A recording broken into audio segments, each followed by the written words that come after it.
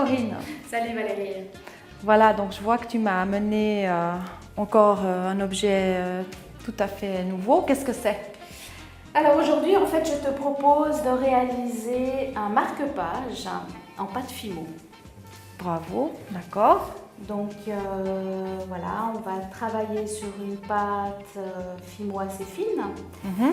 On va travailler avec des tampons et des feuilles d'or de couleur ici en argent et en rouge. D'accord, Voilà. parfait. Alors, pour la réalisation de cet atelier, il va te falloir une machine à pâte qu'en fait on va garder uniquement pour le travail de la pâte Fimo. D'accord. Si tu peux trouver quelque chose aux puces, une machine où ils en vendent pour peu de frais au marché aux puces. D'accord, ouais. Parce que c'est vrai que quand on travaille la pâte Fimo, après il faut peut-être pas que tu travailles. On va mettre de l'alimentaire là-dessus. Exact. Des feuilles de métal doré de différentes couleurs, des tampons.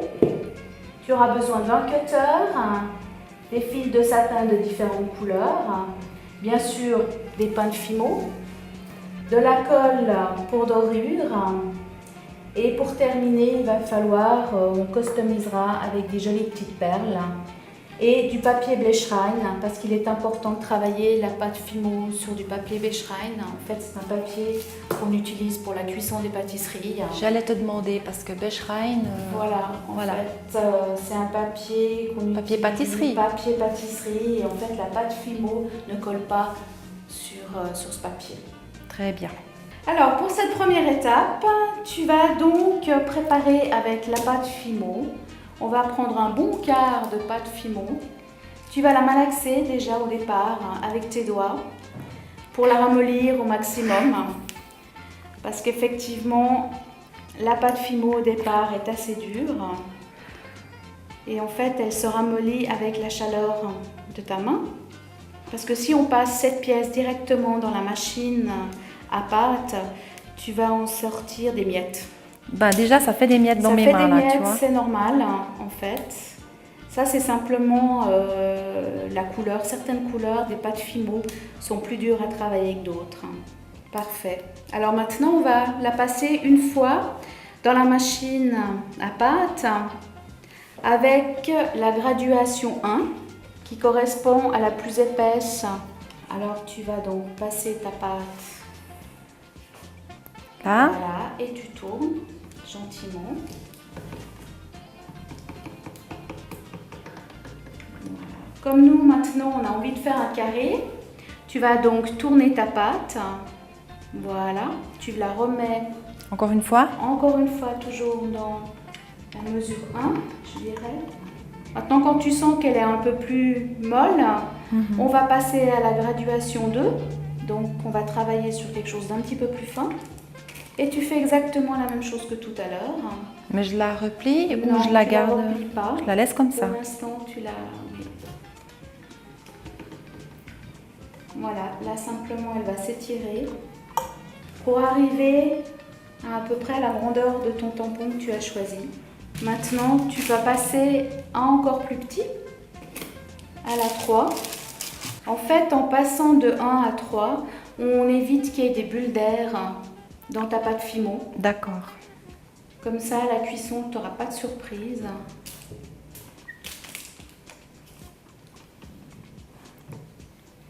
Tu poses ta pâte et on voit qu'en fait, tu as la grandeur de ton tampon. Nécessaire. D'accord, oui, parfait. Ton tampon. Maintenant, tu vas poser ton tampon à l'envers pour éviter que le motif s'applique. Là, on va simplement chercher à couper correctement la pâte Fimo. Et avec ton cutter, tu fais le tour. Et voilà. Et maintenant, délicatement, tu enlèves ton tampon. Tu as pile poil la forme, la bonne grandeur. Ouais. Et maintenant, donc, on va imprégner notre motif sur notre pâte Fimo. Donc voilà, maintenant cette étape consiste à bien imprégner le motif de ton tampon sur ta feuille de Fimo. C'est là qu'il faut avoir le bon dosage. Pas trop appuyé pour pas traverser la pâte. Et juste assez pour que l'empreinte soit bien faite, nette.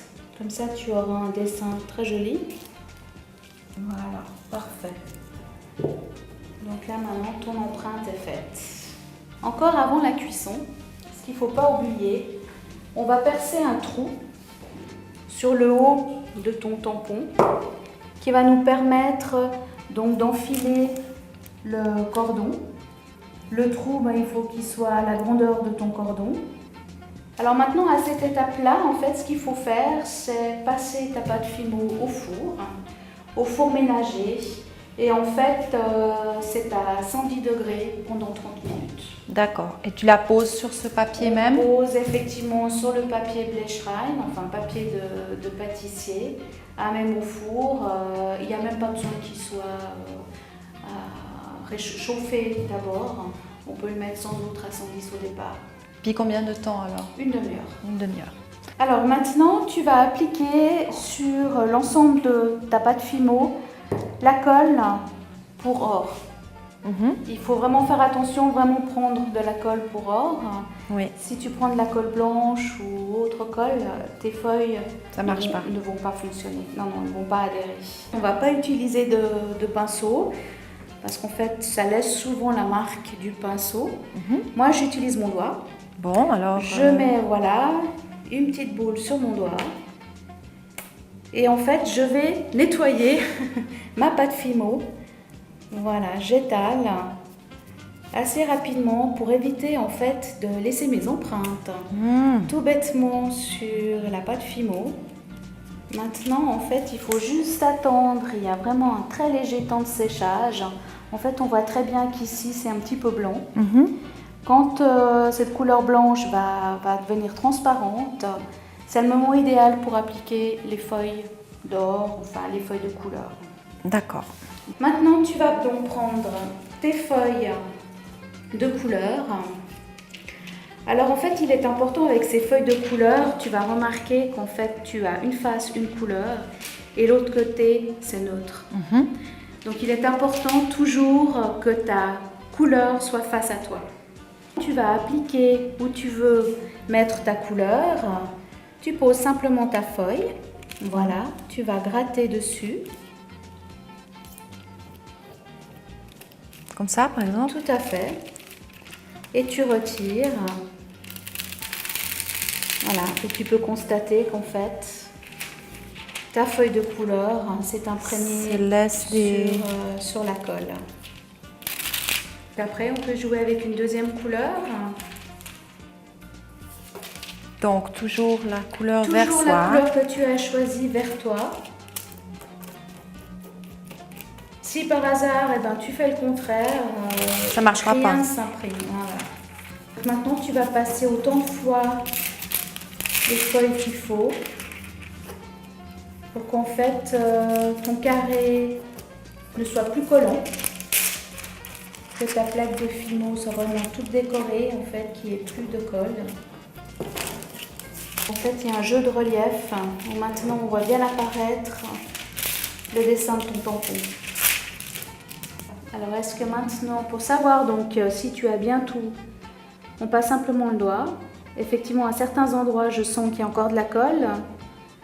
Donc ici, un peu, ça colle. Donc, je vais remettre un peu de couleur.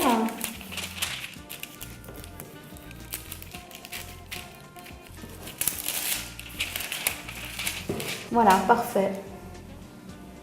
C'est très bien, on voit bien ton horloge, bien les motifs en relief.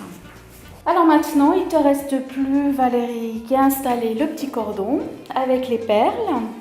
Alors pour cela, effectivement, l'importance d'avoir fait un trou assez grand. Donc une jolie petite boucle.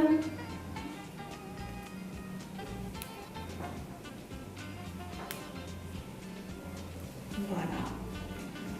On serre, pas trop non plus parce que ça reste quand même une plaque. Voilà, parfait.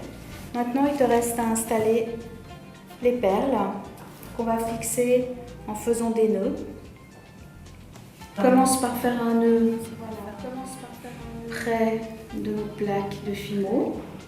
Ça évitera que la perle viennent toujours taper dessus.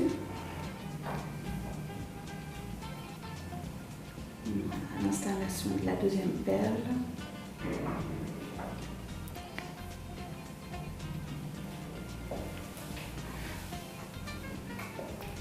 Voilà, un nouveau nœud, mais c'est parfait. Voilà, une. Et la dernière.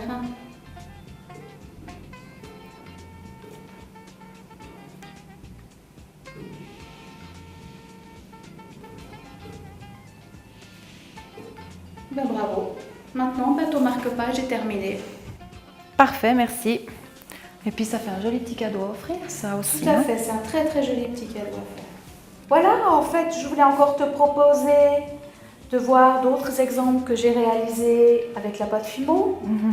Donc effectivement ici, là j'ai travaillé avec une pâte dorée, avec une décoration en ruban, une perle pardon, que j'ai fait en pâte Fimo. Et ici en fait, j'ai réalisé ces formes avec un emporte-pièce pour gâteau, tout simplement, et avec de la pâte Fimo de couleur. D'accord. Voilà. Parfait. Très joli, encore Donc, une fois. à tes prochains En fait, ateliers, puis voilà. pour les petits cadeaux, au travail. Merci. À bientôt. À bientôt Valérie.